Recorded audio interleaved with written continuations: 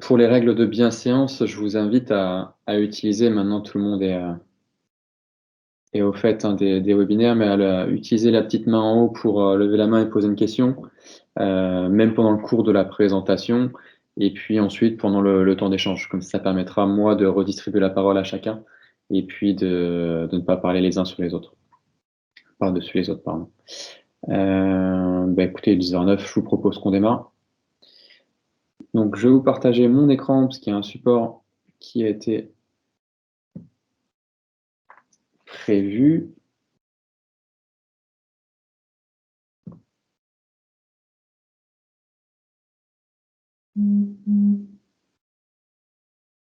Normalement, vous devez voir mon écran. Oui.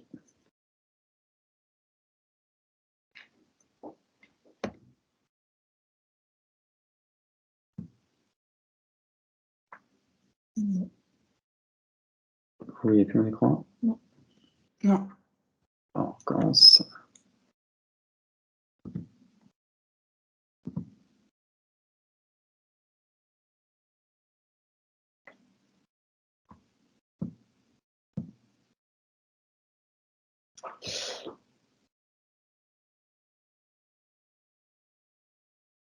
Hop, alors, pour commencer, déjà un petit tour rapide sur l'ordre du jour avec un webinaire organisé donc sur le. Ah, on a Madame Delogère qui arrive.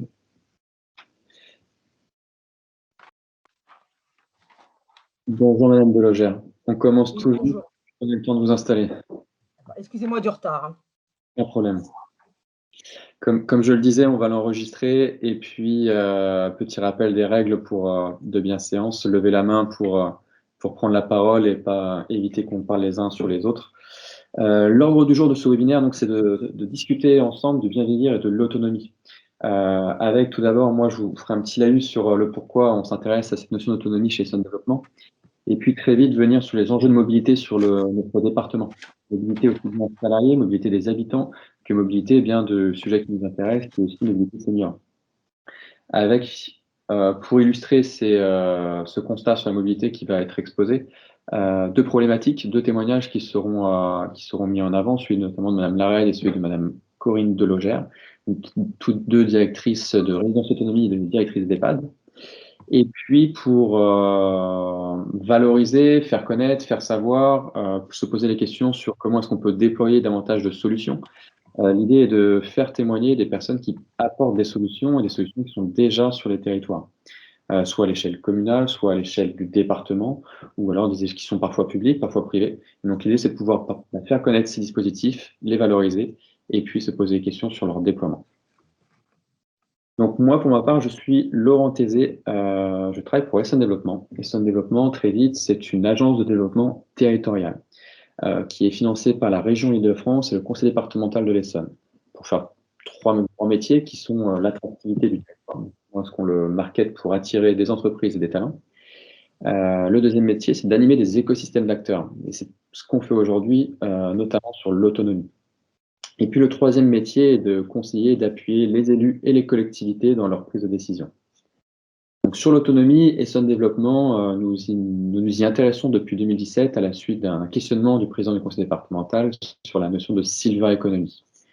Et donc Essonne Développement anime une communauté d'acteurs à l'échelle du département de l'Essonne qui regroupe aussi bien des résidences autonomie, des EHPAD, des associations d'aidants, des académiques, je pense à l'université ou l'école d'ingénieurs qui est à côté d'Evry, l'NCA, mais aussi des entreprises, qu'elles soient start-up, qu'elles soient grands comptes, qu'elles soient locales ou parfois à échelle nationale.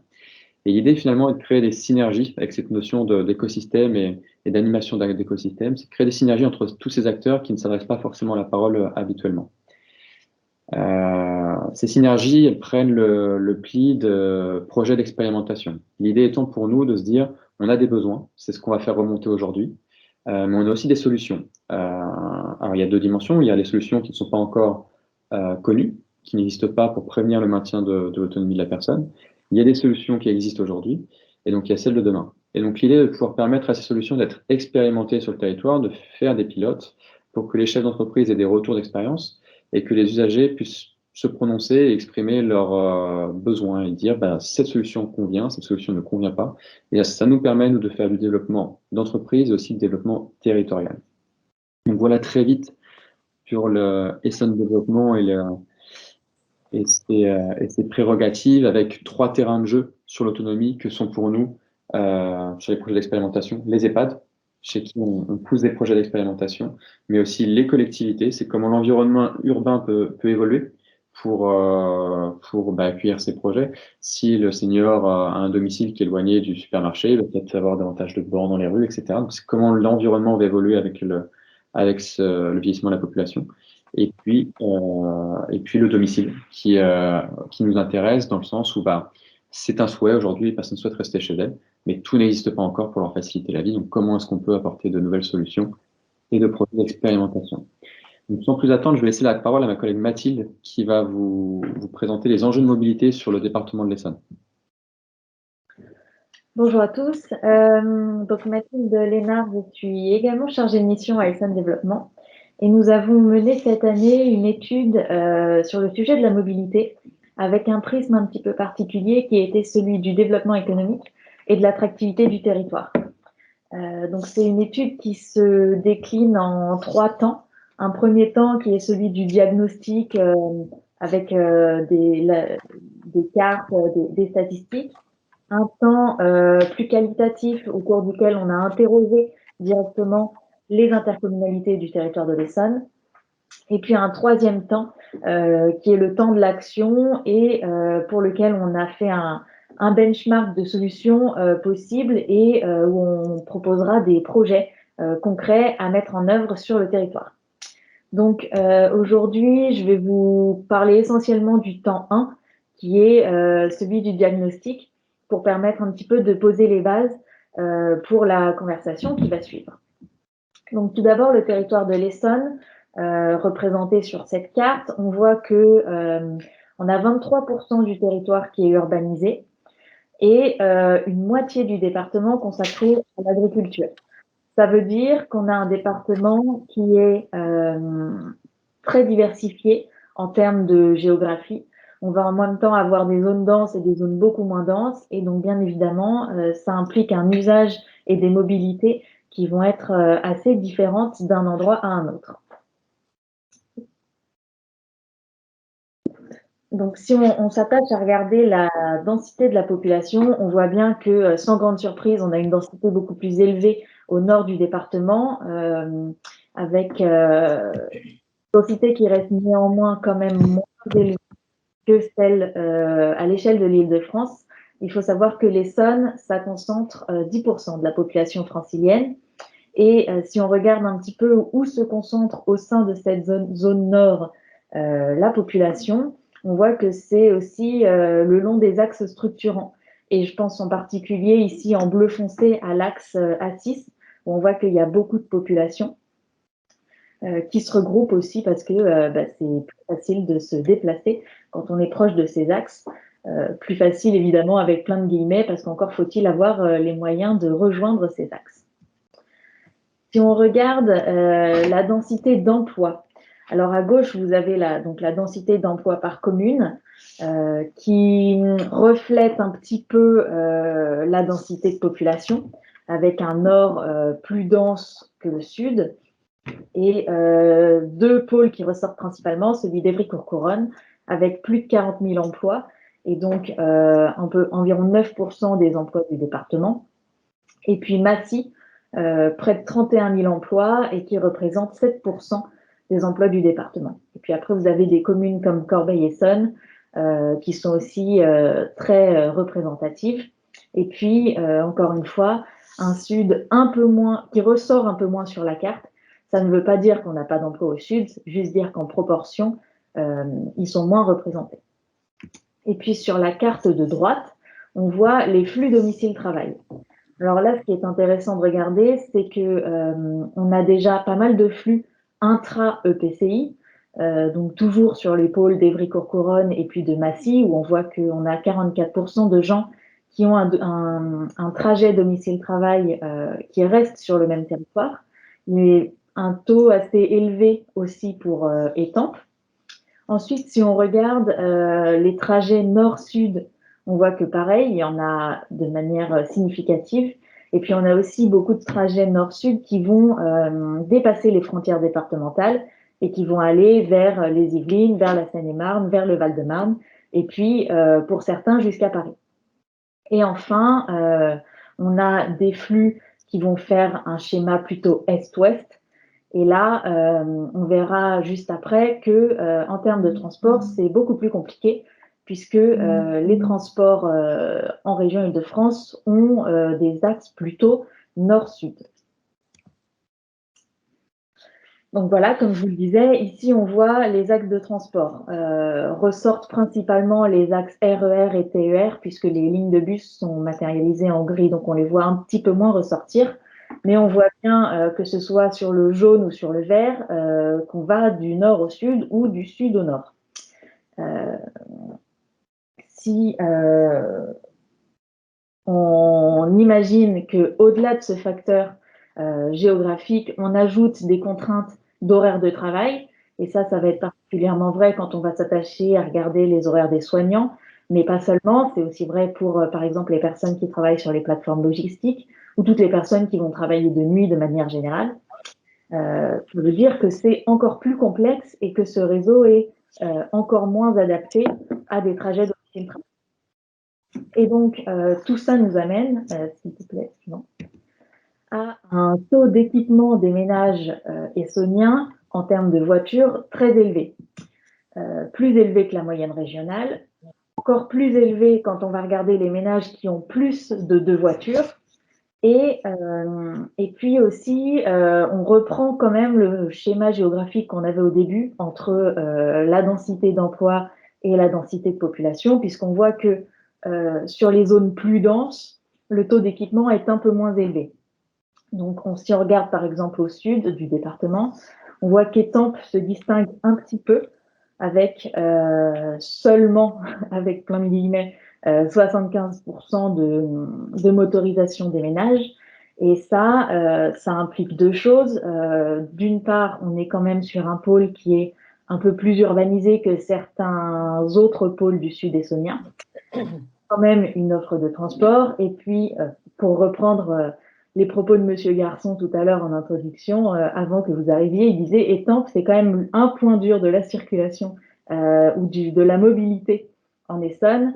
Et donc, non seulement on a une part d'explication par la présence de transports et de zones urbaines à Étampes, mais on a aussi une explication par un public qui a parfois du mal à accéder à des véhicules ou du mal à passer le permis de conduire, par exemple.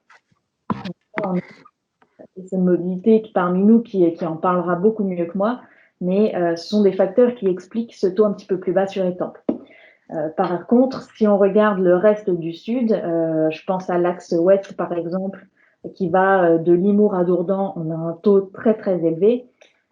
Pareil pour tout ce qui va être la communauté de communes des Deux-Vallées, sur laquelle les transports existent. Il y a des gares RER, mais les transports est-ouest vont être très compliqués. Et puis, alors, au-delà des horaires compliqués, si on est en heure creuse, c'est très compliqué de pouvoir trouver un transport de manière régulière. Donc, dans la même logique, qui dit beaucoup de voitures dit forcément des points durs de circulation. Donc, au-delà du fait de la première barrière qui va être accéder à un véhicule, accéder à un permis de conduire, on a une autre barrière qui va être celle des embouteillages et du temps de trajet, qui peut être parfois très très long pour rejoindre un axe depuis un autre.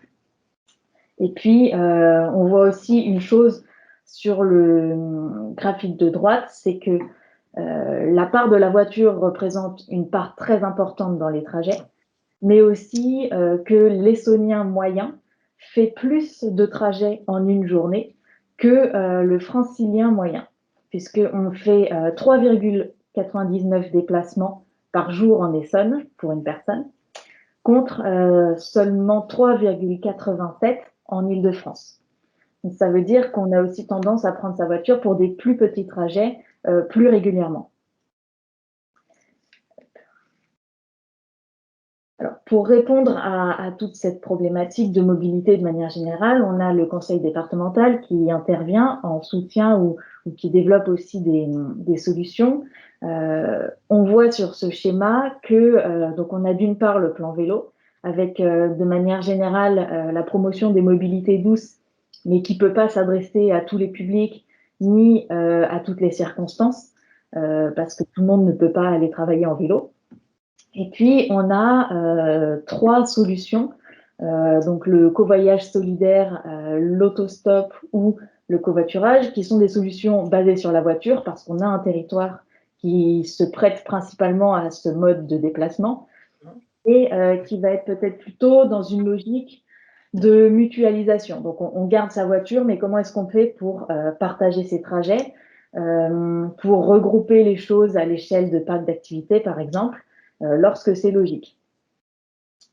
Et puis donc on a parmi nous Madame Loyer qui reviendra sur l'expérimentation Mon Copilote, mais on a aussi d'autres projets qui concernent par exemple le rabattement vers les gares ferroviaires, c'est un sujet, mais aussi le rabattement vers des gares autoroutières, puisque on a le sujet par exemple du bus express qui fait Massy-Dourdan, qui est une ligne très utilisée. Aujourd'hui, on a plus de 1000 voyageurs par jour sur cette ligne et qui est un modèle qui pourrait être amené aussi à être développé sur les autres axes structurants du département. Je pense notamment aux différentes nationales qui croisent le département et sur lesquelles il y a forcément beaucoup de flux, du fait aussi que ce sont des axes à vocation nationale et que beaucoup de gens traversent l'Essonne en venant d'ailleurs et pour aller vers Paris, donc qui augmente encore la congestion sur ces axes-là. Et puis, sur le sujet de l'intermodalité aussi, les aires de covoiturage ou les parkings relais, qui sont une solution pour proposer des parcours un petit peu hybrides et puis surtout adaptés aux besoins des gens qui vont travailler, tout simplement.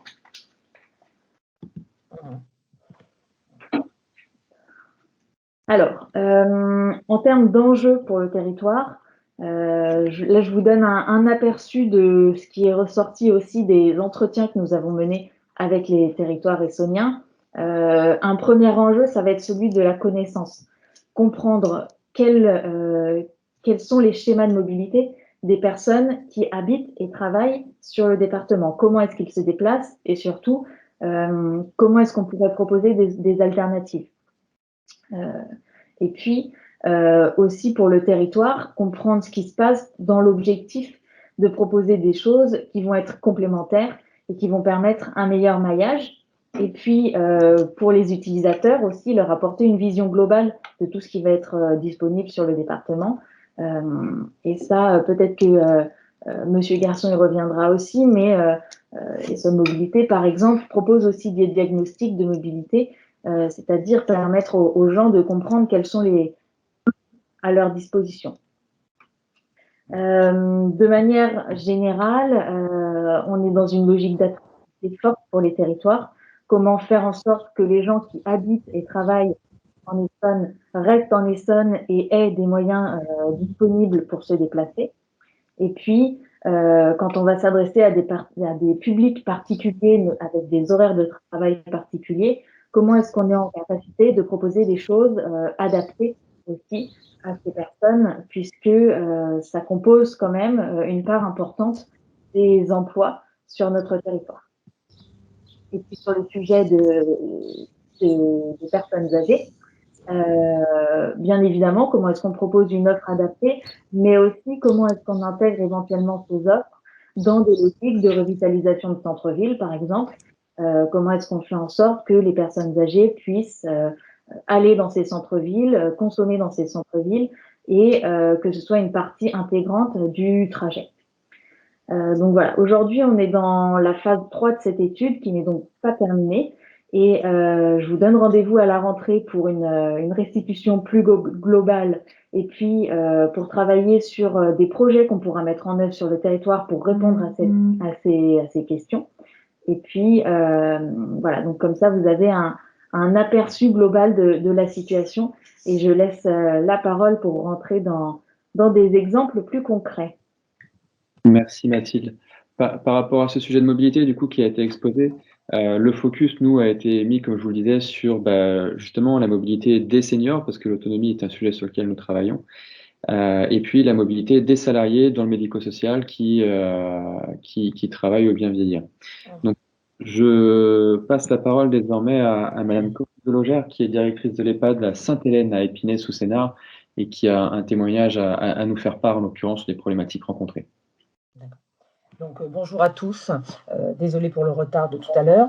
Je voulais juste vous faire part, comment ça s'appelle, d'une problématique qui a fait jour et surtout en plus au moment de la période du Covid, pour lequel en fait on a dû utiliser des solutions alternatives, je dirais, par rapport au niveau des salariés. Et on s'aperçoit que en dehors de la période du Covid, eh bien, la problématique des salariés reste toujours la même.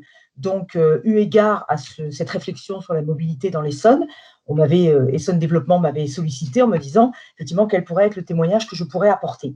Sachant que sur un autre département, avant d'être dans l'Essonne, j'avais participé à des commissions mobilité concernant les salariés. Donc, je suis quelqu'un qui est très au fait et je suis tout à fait, ouverte pour expérimenter. Effectivement, quelquefois, c'est en expérimentant les choses que l'on peut réussir à faire. Donc, la problématique au niveau de nos salariés, elle est de deux ordres. D'abord, je précise, et la chargée de mission l'a bien fait, nous sommes basés effectivement sur le nord du département et nous sommes, donc la problématique n'est pas du tout la même par rapport à des EHPAD qui pourraient être au sud du département. Et donc, nous sommes en fait à la croisée et à la convergence entre le département du 94 du Val-de-Marne et de la Seine-et-Marne du 77. Donc, la problématique, ça a été bien noté tout à l'heure, comme quoi il y avait beaucoup d'axes nord-sud, mais c'est vrai que les axes, est-ouest, sont très, très difficiles. Et lorsqu'on recrute des personnes, que ce soit des vacataires, celles qui n'ont pas de voiture, eh bien, c'est problématique parce qu'elles doivent presque revenir sur Paris pour ensuite revenir, sur Épinay-sous-Sénart. Je pense juste à un exemple, une personne qui habitait dans le Val-de-Marne, mais juste à côté, pas très très loin, je dirais, de l'Essonne, qui est à Sucy-en-Brie. Eh bien, pour venir chez nous, elle avait 2 bus à prendre, le RERD et le RERC. Vous imaginez, c'est 1h30 de transport.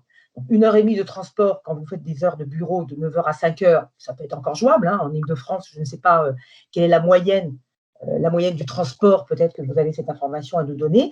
Mais en tout cas, la personne qui faisait du 9h, 21h, vous imaginez qu'en plus de cette problématique, je dirais, de mode de transport successifs, en étant sûr qu'il n'y ait pas de retard entre les uns et les autres, eh bien, il y a une autre problématique, c'est la problématique, des horaires.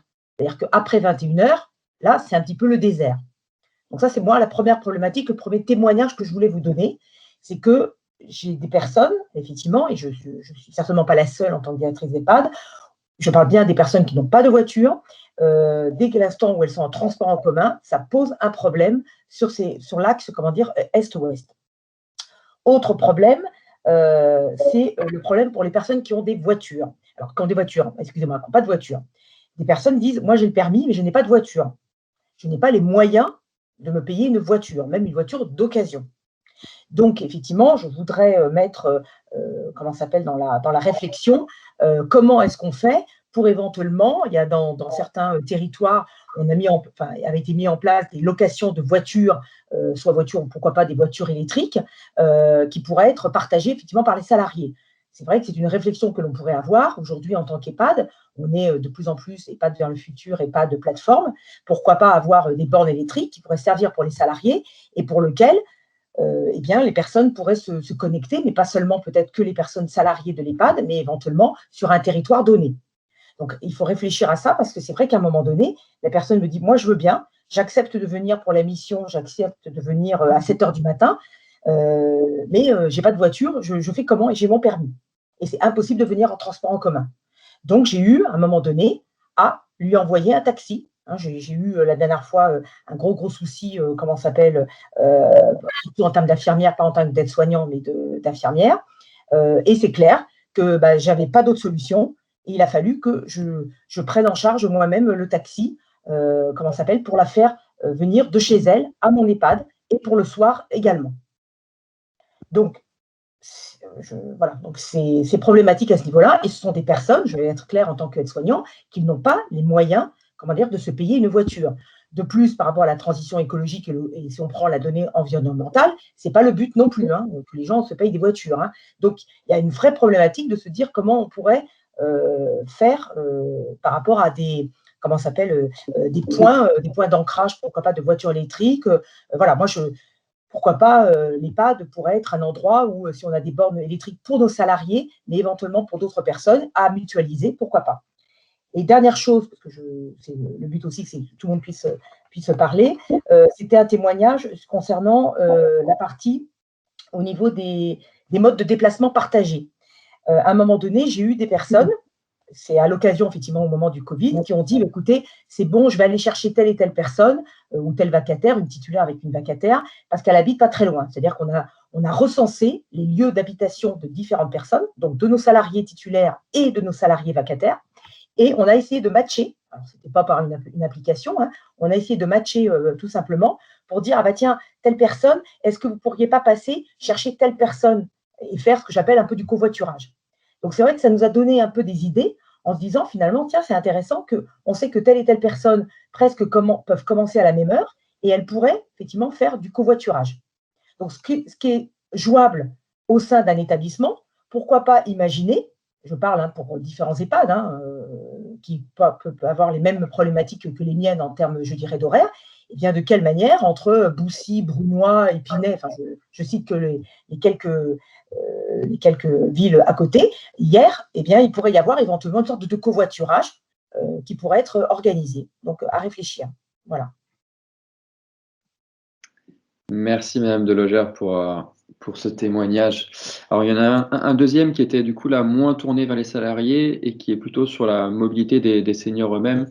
Et donc, je donne la parole à Madame Florence Larède. Oui, bonjour à tous et à toutes.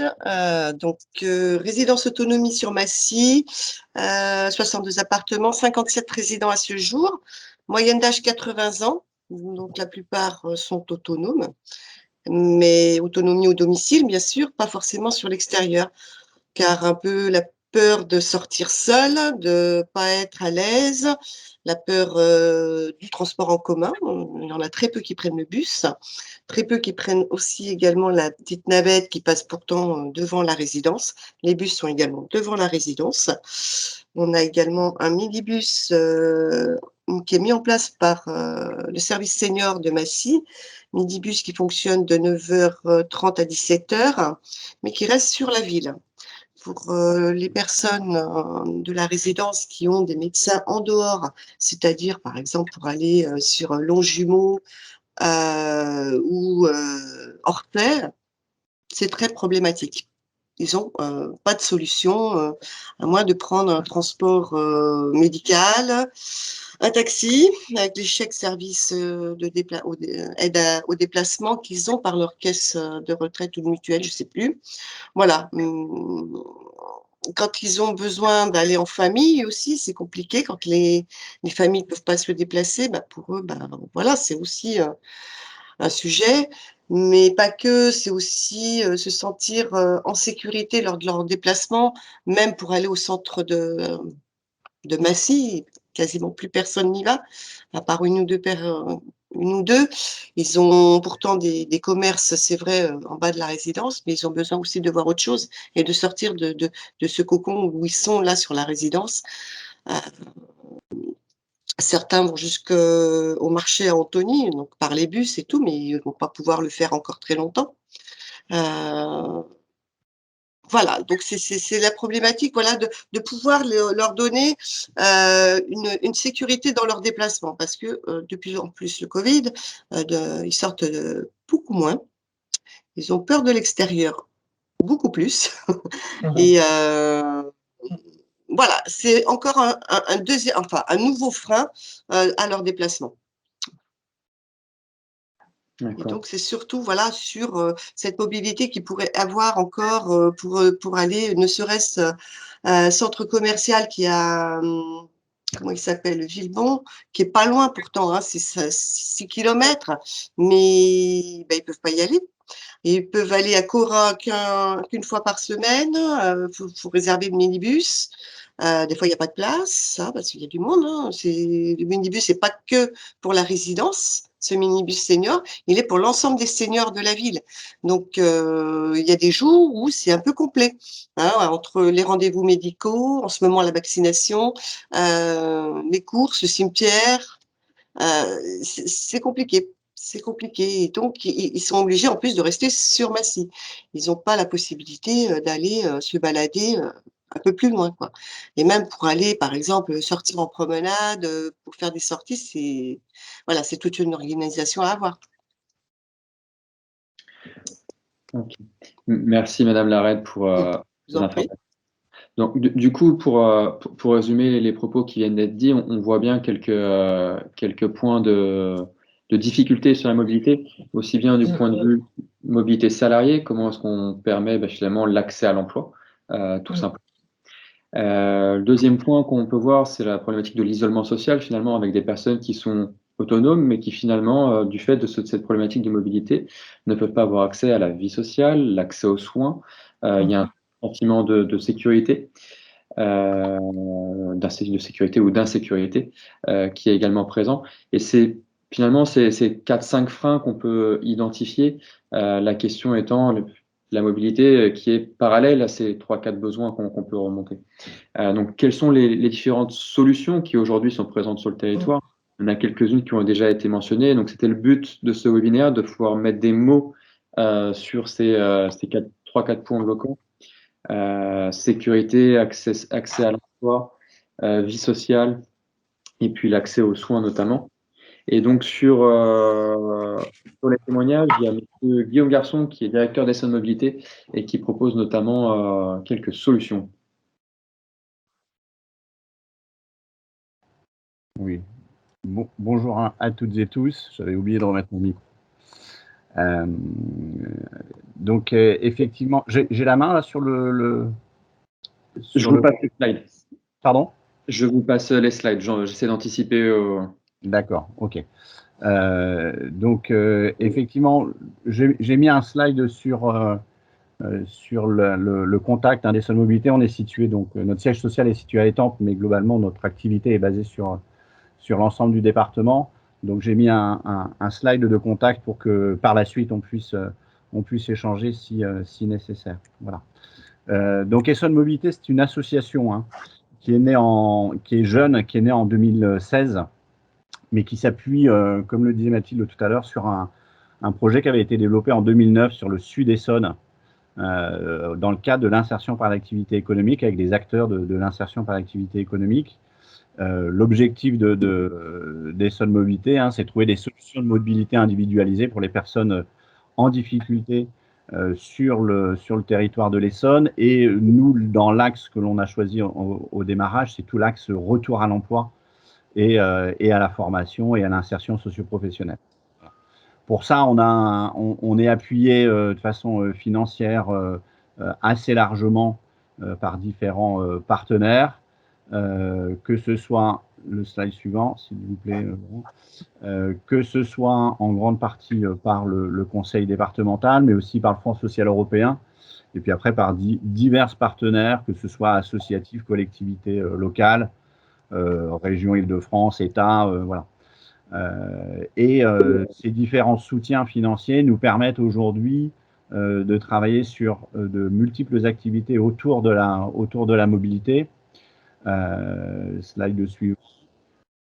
On essaye de développer un maximum de services avec une porte d'entrée qui sont, tout à l'heure on en parlait, des diagnostics individuels de mobilité pour comprendre un peu les freins que peuvent avoir les personnes qui nous sont prescrites. Aujourd'hui, Essonne Mobilité, ça ne s'adresse pas au grand public. Essonne Mobilité s'adresse aux professionnels. C'est un outil pour les professionnels qui sont en face de personnes qui rencontrent des problèmes de mobilité. Et donc, dans le cadre de leur parcours de retour vers l'emploi ou vers la formation, ces professionnels nous orientent les personnes pour qu'on fasse à la fois des diagnostics et que derrière, on puisse proposer des solutions que ce soit des solutions de formation à la mobilité, que ce soit des solutions de location de véhicules, que ce soit des solutions de formation au permis de conduire, des aides financières, de l'achat de véhicules, voilà. Donc on a tout un panel d'actions et on se rend bien compte là ces derniers temps, même si c'était assez présent dans les publics qu'on peut avoir, que le service à la personne, le service à domicile est en forte demande de développement d'outils de mobilité. Alors, je rejoins totalement Madame Delogère hein, sur l'EHPAD d'Épinay. Pendant la partie COVID, la première phase Covid entre mars et mai, on a mis notre service de transport à la demande au service du secteur du soin et on a énormément travaillé sur la zone Épinay, Brunois, Draveil.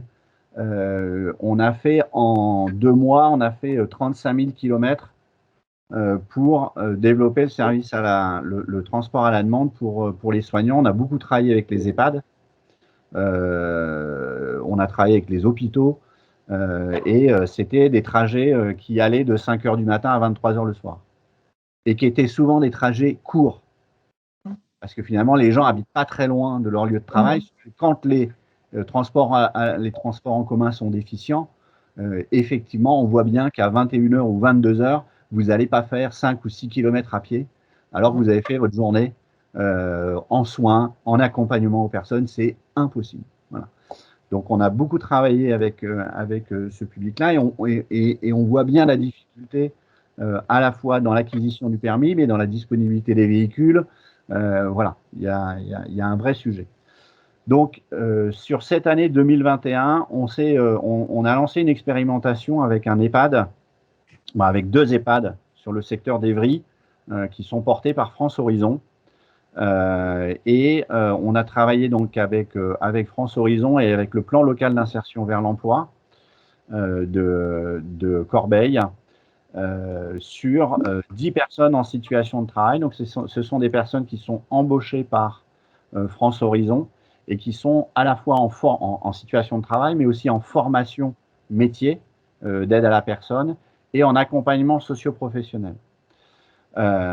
Et donc, on avait, et on a toujours, hein, parce que c'est toujours en cours, on a pour mission d'accompagner ces personnes dans la levée des freins à la mobilité, dans une première étape d'acquisition du permis de conduire.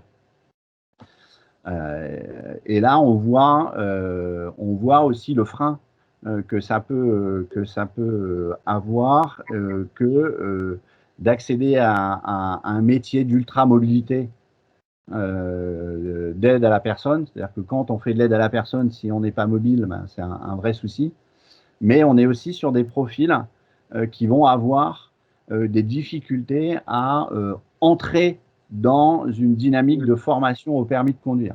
Aujourd'hui, quand on fait le bilan sur les 10 personnes qui ont été évaluées à la conduite, c'est-à-dire qu'on a une première étape d'évaluation à la conduite, ensuite on a la formation au code de la route et enfin l'apprentissage de la conduite.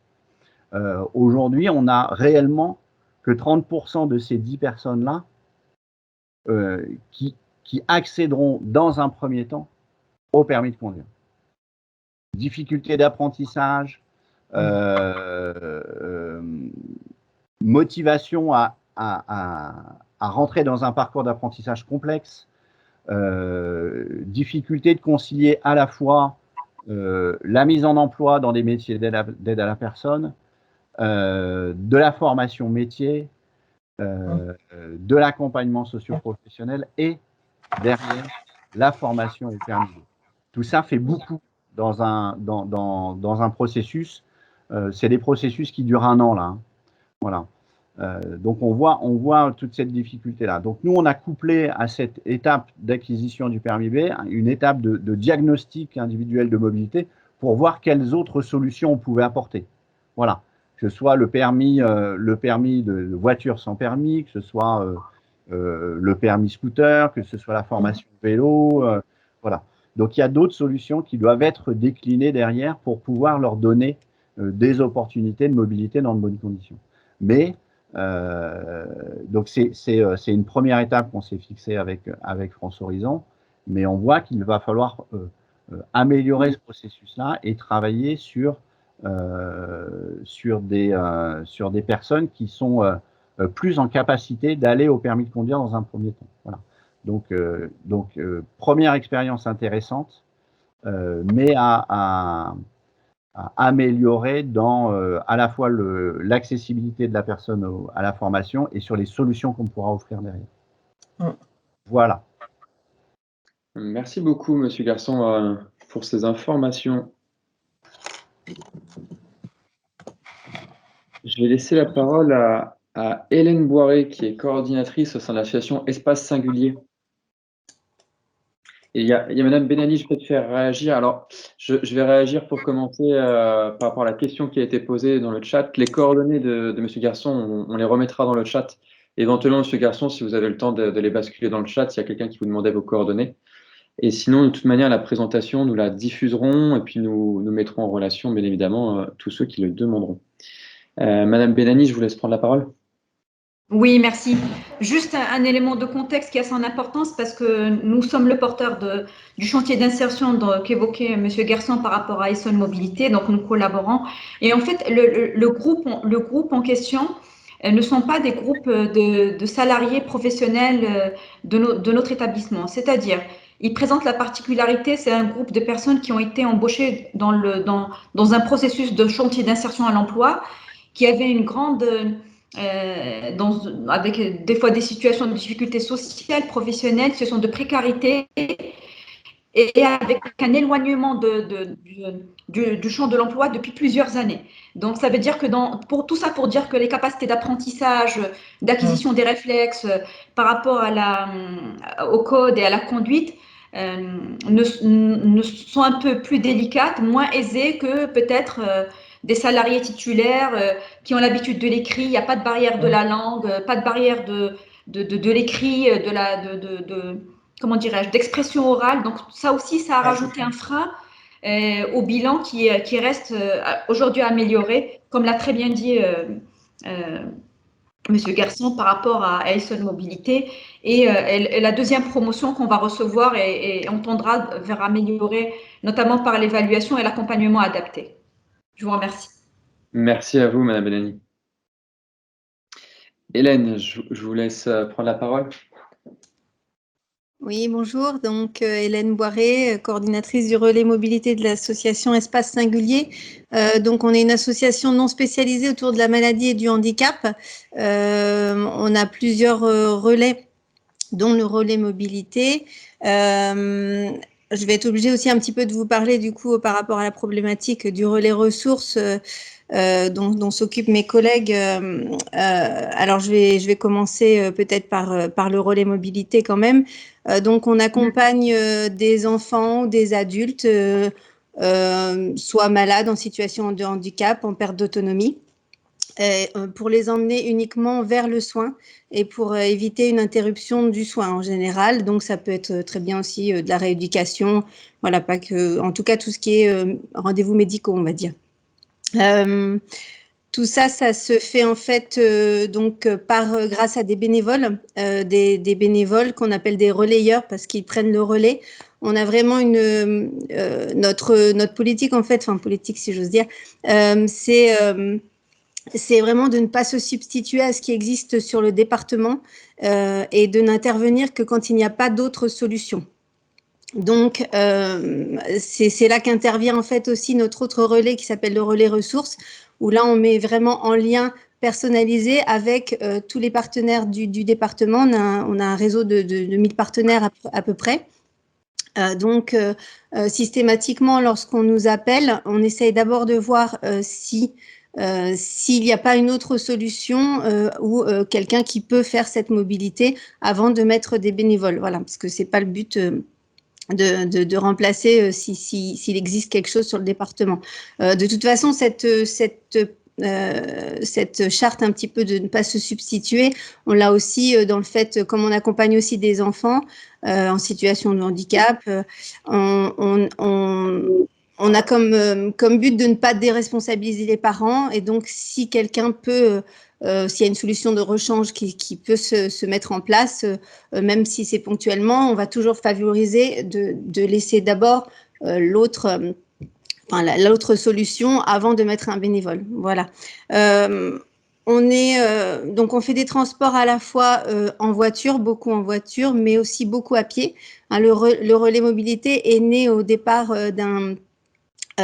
parce qu'il y avait des petits soucis auprès d'une école pour emmener des enfants au CMPP, hein, donc centres médicaux, etc., qui était juste à côté de l'école.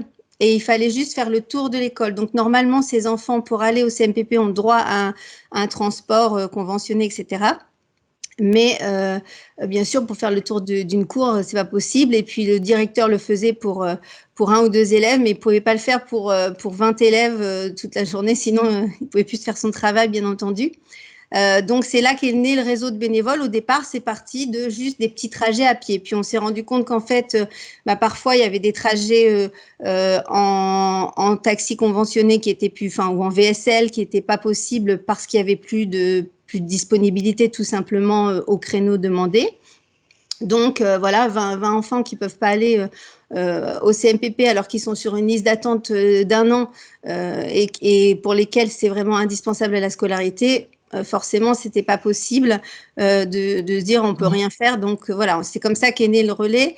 Mais très vite, on s'est rendu compte qu'il y avait aussi des personnes pour lesquelles c'était indispensable d'avoir des soins, mais qu'il n'y avait pas forcément droit à un transport remboursé, qu'ils n'avaient pas forcément les moyens, etc.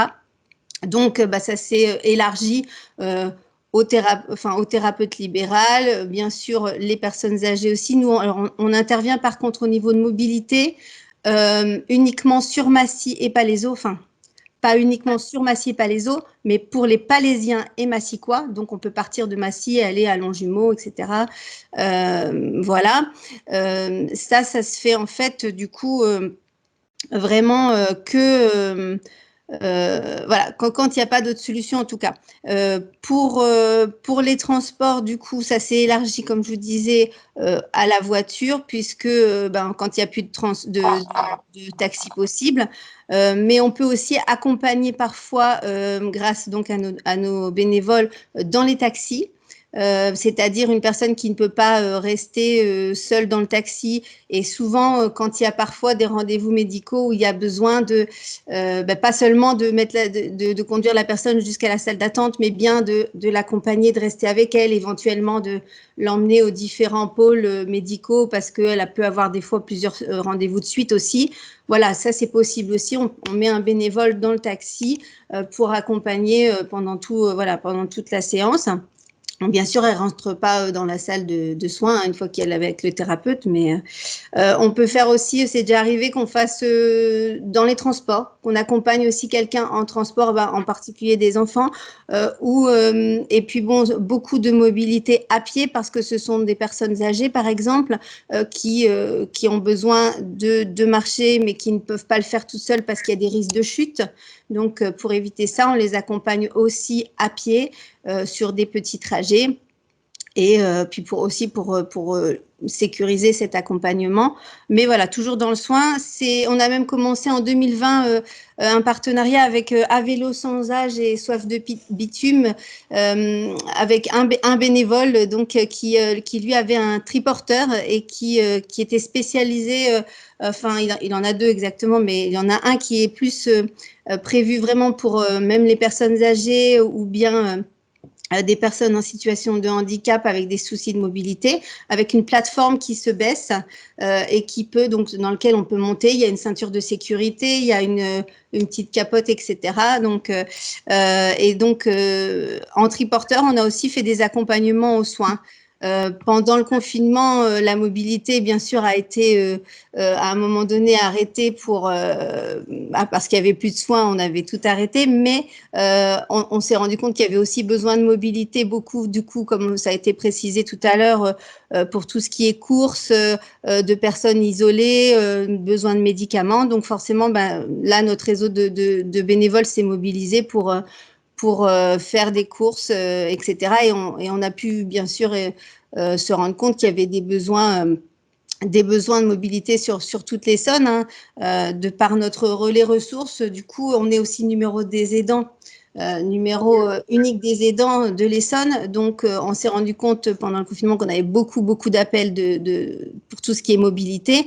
Et là, bien sûr, le but, c'est de mettre en lien avec les différents acteurs du département, tout simplement. Ça peut être aussi parfois, comme c'est Madame Deshibiscus qui a précisé, il y a des navettes qui sont mises en place sur certaines villes. Les services seniors, Palaiseau, par exemple, a mis vraiment un transport à disposition des personnes âgées pour pouvoir aller faire leurs courses ou leurs soins médicaux aussi. Donc, c'est vrai que nous, on va d'abord réorienter vers eux et s'il n'y a pas de possibilité, à ce moment-là, mettre un bénévole. On rencontre bien sûr toujours la problématique voiture ou pied. C'est vrai qu'on a beaucoup de bénévoles qui sont retraités, donc forcément, il y en a moins qui conduisent. Donc, nous, on a plus de difficultés à trouver pour des transports plus longs ou voilà, enfin forcément, une fois dès que le bénévole a une voiture, on a beaucoup plus de possibilités. C'est sûr que le bénévole à voiture peut faire à pied et en voiture. Celui qui n'a pas de voiture, il est limité que sur les tout petits trajets dans son secteur, quoi. Voilà. Donc, et puis on met en lien bien sûr avec aussi mon copilote, donc qui va faire une petite présentation juste après moi, je crois, ou bientôt en tout cas. Donc voilà, je ne sais pas si j'ai à peu près exposé ce qu'il fallait. Bien sûr, nos relais sont gratuits puisque ce sont des bénévoles qui le font. Et puis on a plus de mal, bien sûr, à trouver aussi des bénévoles sur le sud de l'Essonne. Parce qu'on a aussi un relais des aidants sur toute l'Essonne. Et là, c'est vrai que dans le sud, c'est beaucoup plus compliqué. On se rend compte qu'on est obligé déjà de faire beaucoup plus de kilomètres dès qu'il faut aller chercher des bénévoles un peu plus loin, quoi. Voilà. D'accord, merci beaucoup, Madame Boiré. Je vous en prie. Vous mentionnez le transport à demande qui est mis en place à Palaiseau et à Massy. Et là, cette fois-ci, moi, je vous propose d'aller à Brunois, qui justement a mis un système en place. Monsieur Astrès, responsable du CCAS de Brunois. Oui, bonjour Monsieur Thésée, bonjour à toutes et à tous. Ravi d'être parmi vous pour apporter le témoignage du transport à la demande sur Brunois. Alors effectivement, j'avais répondu favorablement à l'invitation de Monsieur Thésée pour faire un retour sur expérience du TAD à Brunois. Donc Brunois, pour vous dire quelques mots rapidement de cette commune, une commune de 26 000 habitants. Nous avons mis en place ce TAD parce qu'il y a une vraie problématique à destination des seniors. C'est 5000 personnes de plus de 60 ans. Et donc, dans le cadre de l'analyse des besoins sociaux qui avait mis en évidence un certain nombre de problématiques, et sur l'acte gérontologique, c'était une des demandes fortes, donc de mettre en place ce transport à la demande. J'ai été très intéressé par le témoignage apporté tout à l'heure par Madame Delogère, l'EHPAD d'Épinay. On est sur le même secteur. Il faut savoir que, en ce qui concerne le TAD de Brunois, nous l'avons mis en place avec différents objectifs. Et le service a également évolué, donc je vais vous en dire quelques mots au fur et à mesure des années. Alors, l'objectif général, c'était de favoriser le maintien à domicile, de retarder l'admission en structure, que ce soit des EHPAD, des résidences autonomie. Brunois a souhaité développer différents axes favorisant le maintien à domicile. Donc, le transport à la demande est une de ces déclinaisons-là.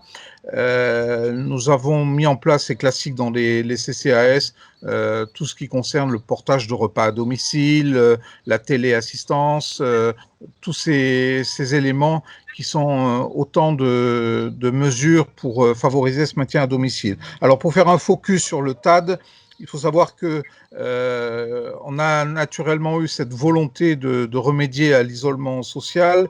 Durant la période de confinement, durant la crise sanitaire, effectivement, le TAD a été énormément sollicité, puisque depuis mars 2020, il y a eu ces demandes fortes par rapport à l'approvisionnement en course. Donc ça a été, les seniors nous ont énormément sollicité là-dessus.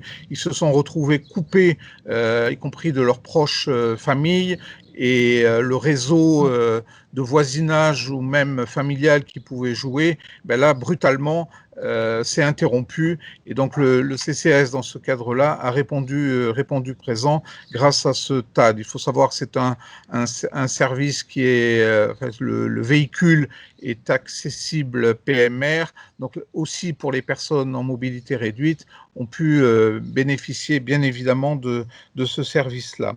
Répondre aux demandes sur des rendez-vous médicaux. J'entendais tout à l'heure un témoignage par rapport au centre de vaccination. Brunois est centre de vaccination depuis le mois de janvier de cette année. Donc là aussi, le TAD a servi et continue à servir pour assurer des transports sur ce segment-là, personnes âgées, jusqu'au centre de vaccination à Brunois. Sur des déplacements aussi par rapport à des visites cimetières, par rapport, le panel est très large, même si c'est principalement actuellement par rapport à des rendez-vous médicaux, centres de vaccination et les courses. Je voudrais aussi insister sur un autre point qui a été un frein au moment où on a lancé ce transport à la demande, c'était le financement. Bien évidemment, c'est des coûts d'investissement importants. On sait les coûts de fonctionnement, mais au moment du lancement du TAD, on a été confronté à des coûts d'investissement importants. Et donc, on a pris contact avec la CNAV qui nous a fortement aidés dans le cadre d'appel à projet pour cofinancer l'investissement lié à l'acquisition du TAD. Donc ça a été pour nous extrêmement précieux puisque c'est plusieurs dizaines de kilos euros lorsque on met en place un tel service. Donc ça a été pour nous cette réponse tout à fait adaptée. Et je ne sais pas s'il y a d'autres directeurs de CCAS dans le cadre de ce webinaire, mais j'invite effectivement potentiellement ceux qui seraient intéressés à se rapprocher de la CNAV. C'est une réponse tout à fait adaptée. Moi, ce que je voudrais dire, peut-être pour terminer, je sais que les délais sont contraints, il y a plusieurs interventions, c'est que le service, ce TAD qui a maintenant plus de 5 ans de recul, un fonctionnement donc intéressant pour le faire évoluer et adapter à la demande, c'est que on a été pas obligé, mais il y avait des demandes fortes pour pouvoir sortir de la commune et organiser des déplacements au-delà du strict territoire communal, la commune de Brunois, et notamment par rapport à des rendez-vous médicaux, lorsqu'il s'agissait d'aller sur la clinique du Val-d'Hier, donc à Hyères, eh bien, on sort du périmètre stricto sensu de la commune de Brunois. Et donc, on a levé ce frein. Ça a été une réflexion menée en interne. Et là, désormais, le TAD peut sortir du territoire communal. De la même façon, on a souhaité élargir les jours de fonctionnement et c'est désormais du lundi au samedi que ce service est assuré. Donc là aussi, on a une plage de fonctionnement qui est extrêmement large. Ça n'a pas été neutre en termes de fonctionnement en interne, mais il y a eu cette volonté de l'autorité territoriale de répondre à des demandes qui étaient de plus en plus importantes. Et je vous dis, sur des jours de fonctionnement allant du lundi au samedi. Voilà, donc c'est 6 jours sur 7. Vous dire aussi que nous sommes rapprochés des EHPAD. Alors désolé pour Madame de Logère, mais des EHPAD sur le territoire de la commune de Brunois pour leur dire, écoutez, il y a cette possibilité-là et ponctuellement sur des sorties, des déplacements que vous pouvez programmer, eh bien, le TAD de Brunoy est là pour être à vos côtés et faciliter ce déplacement. Donc là aussi, il y a une demande croissante de la part des EHPAD. En tous les cas, la réponse territoriale existe. Voilà. Si certains d'entre vous sont d'ailleurs intéressés, alors j'ai pas le flyer qui a été distribué, mais j'ai un petit dossier de présentation du TAD par l'intermédiaire de Monsieur Thésée. On pourra bien évidemment vous le transmettre. Ce sera avec grand plaisir. Et s'il y a des questions, je suis naturellement disposé à y répondre. Voilà, j'ai respecté le timing. Le temps est parti. Donc, je suis à votre écoute s'il y a des questions. Merci beaucoup, Monsieur Astrès. Pour terminer cette présentation, je vais laisser la parole à Jessica de mon copilote, qui est une autre solution qui est déployée sur le département. Alors, bonjour à tous. Donc, moi, je suis Jessica Loyer et je suis chargée de partenariat du coup pour l'entreprise sociale et solidaire Mon Copilote. Du coup, Laurent, je te dirai au fur et à mesure pour passer les slides. Bien Là, sûr. tu peux mettre celle d'après. Donc, alors, nous, ce qu'on a voulu, évidemment, c'est de répondre à une problématique que vous connaissez tous, hein. Évidemment, on a une population vieillissante. Donc, si on devait retenir un chiffre sur cette slide, ce serait qu'on va avoir 72% de la population qui va avoir plus de 75 ans d'ici 2060. Donc, il y a vraiment une nécessité, voire une urgence, si je puis dire, de développer comme ça des nouvelles solutions de mobilité, même si elles existent déjà, elles ne permettent pas vraiment de répondre complètement aux besoins des personnes à mobilité réduite par rapport à l'isolement social. Donc, tu peux mettre celle d'après. Donc, c'est là qu'on intervient. Donc, Mon Copilote, c'est une plateforme solidaire de mise en relation entre des personnes à mobilité réduite, j'entends par là une personne handicapée ou une personne âgée, que nous appelons le pilote. On les met en relation avec des accompagnateurs volontaires que nous appelons les copilotes. En fait, les mots sont inversés, parce qu'on va estimer que la personne qui a un problème dans sa mobilité sait où elle va. Donc, c'est une façon de la valoriser en l'appelant comme ça. Donc, pour les dénominations, on a vraiment la personne accompagnée qui est le pilote et l'accompagnateur qui est le copilote. Donc, pour faire ça, on a créé une plateforme web, en fait. Un petit peu comme Blablacar, mais en inversé. C'est-à-dire que c'est la personne qui a besoin de se déplacer qui va poster sa demande. Et ensuite, nous, on va faire en sorte de lui trouver un accompagnateur. Donc, les trajets peuvent se faire par tout type de transport. En fait, ça peut être à pied, en transport en commun ou en voiture. Le but, c'est vraiment d'aller rompre l'isolement social. Il n'y a pas de motif pour le trajet. En fait, on peut faire appel à nous, que ce soit pour aller chez le médecin ou tous les rendez-vous un petit peu formels, mais on aimerait aussi surtout que les personnes se déplacent pour du loisir. Donc là, je vous ai mis comme ça une capture d'écran de comment se présente le site internet, en fait. Là, vous avez les trajets qui vont arriver en Essonne. Donc ça se présente un peu comme ça. Après, si vous voulez aller visiter le site, je vous donnerai de toute façon les informations après. Là, typiquement, si on clique sur la photo de la pilote, on peut avoir toutes ces informations, le besoin en accompagnement qu'elle a. On peut avoir les détails du trajet en cliquant sur « En savoir plus ». Donc voilà, ça se présente comme ça. Et ensuite, les copilotes peuvent librement aller postuler à un trajet. Et du coup, je vais venir juste après vous expliquer comment ça se passe par rapport aux pilotes et aux copilotes. Donc les pilotes, en général, vont contacter notre centrale téléphonique. Pareil, je vous redonnerai nos informations après, parce qu'on est bien conscient qu'elles n'ont pas forcément Internet ou qu'elles n'ont peut-être tout simplement pas envie. Donc elles peuvent tout faire par téléphone, nous demander leur trajet, nous expliquer leurs besoins d'accompagnement.